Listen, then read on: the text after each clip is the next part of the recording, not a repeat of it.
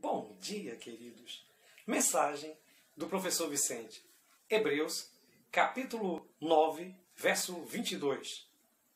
Com efeito, quase todas as coisas, segundo a lei, se purificava com sangue. Sem derramamento de sangue não há remissão. Louvado seja Deus! Estamos estudando a promessa, a aliança eterna de Deus. O tema desta semana, o santuário da nova aliança. Hoje, segunda-feira, pecado, sacrifício e aceitação. Bem querido, bem querida, você sabe que pode participar conosco? Faça seu comentário, faça perguntas, dê like para entender que você está gostando da mensagem. Compartilhe este material com outros, inscreva-se no canal, toque o sininho para receber as notificações. Não se esqueça, hein? Ore por este canal, que eu estarei orando por você. Bem querido, bem querida, vemos aqui, na realidade, símbolos e figuras, encontrando então com a concretização, encontrando então com o seu cumprimento. O antipo e o tipo. O tipo, a sombra, e o antipo, a realidade. Bem, estamos aqui diante de algumas coisas que precisam ser bastante entendidas sobre o santuário. O método apontado por Deus para o perdão dos pecados no Antigo Testamento era justamente o sacrifício dos animais. Com o sacrifício dos animais, aquele indivíduo que havia praticado o pecado se livrava do pecado e da culpa. A pessoa então levava esse animalzinho, que então, sobre a mão, ele passava então a falar, a confessar os seus pecados, sobre a mão na cabeça do animal, e esse animal era então imolado. Esse animal era morto então em sacrifício para aquela pessoa. Esse sacrifício representava então o grande sacrifício de Jesus. Bem, cotidianamente isso acontecia no serviço do santuário. E as pessoas que pecavam, elas sabiam que se fizessem, que se cumprissem essas orientações da lei, elas receberiam seus pecados. Entretanto, isso era apenas o evangelho em símbolo.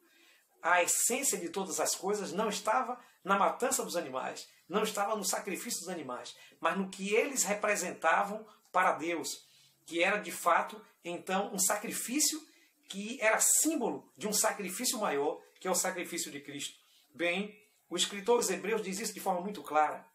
Isaías 53 nos chama a atenção do cordeiro que foi morto, e ele nos chama a atenção que ali estava como uma ovelha muda e que foi levada para os seus tosqueadores. Isaías nos diz, no seu grande poema do Messias, em forma ali de sacrifício, ele nos diz, querido, querida, que esse que foi imolado, ele fez isso para a salvação de muitos, para o perdão de muitos, e andávamos perdidos como ovelhas desgarradas, mas Deus fez cair sobre ele, sobre esse indivíduo, o pecado de nós todos. E nós sabemos que esse indivíduo é Jesus. Ele é o único que pode realmente assumir a forma de levar os nossos pecados, ser então aquele que consegue purificar os nossos pecados, que era simbolizado então por aqueles animaizinhos que nós já falamos então sobre isso na lição anterior.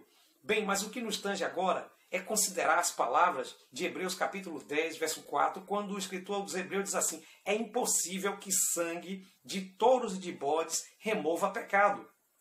O povo de Israel fazia essas coisas cotidianamente, mas eles não prestavam atenção no que aquilo significava. Eles se apegaram tanto aos símbolos, eles se apegaram tanto às figuras, que eles perderam de vista a realidade. Veja, querido, veja, querida, é impossível que aquele sangue de animais represente uma pessoa e que a sua culpa seja então perdoada. Aquilo era de fato uma espécie de profecia, aquilo era uma espécie de símbolo profético que mostrava então no futuro que haveria um que seria então inocente. E a gente vai estar estudando isso na lição de amanhã. Esse sacrifício, que seria um sacrifício perfeito, o sacrifício de Cristo. O sacrifício de Cristo valeu para o passado e valeu então agora, vale agora para o presente e valerá para o futuro. Todos aqueles animais representavam o sacrifício de Cristo que ainda viria, e o sacrifício de Cristo que foi concretizado na cruz ainda vale para mim e para você. Bem querido, bem querida, pecado, sacrifício e aceitação. Tudo que era feito para remir pecado, tinha que haver derramamento de sangue. E esse derramamento de sangue se concretizou na cruz do Calvário com Jesus Cristo. Ele derramou o sangue para nos salvar, para nos dar o perdão, para nos dar então a consciência limpa. Se sangue de bodes e de touros poderiam representar e alguém poderia ficar com a consciência tranquila, depois então que fizesse isso segundo a oferta da lei, imagine, queridos, o sangue do Filho de Deus que veio a este mundo morrer por nossos pecados. Bem querido, bem querida, espero que você tenha compreendido que o pecado ele só pode então ser remido com sangue, e o sangue de touros e de bodes não reme pecado nenhum, mas o sangue de Jesus nos purifica, de João, de todo o pecado. E se você, querido, se você, querida, aceitar a propiciação pelos nossos pecados, se você aceitar a Jesus Cristo, então você será grandemente abençoado, perdoado e livrado da culpa. É seu querer ter o perdão e a libertação da culpa? Se esse é seu desejo, então ore comigo. Bom e eterno Deus, obrigado porque até aqui o Senhor tem nos esclarecido e iluminado. Nos ajuda, Senhor, a ser perdoado.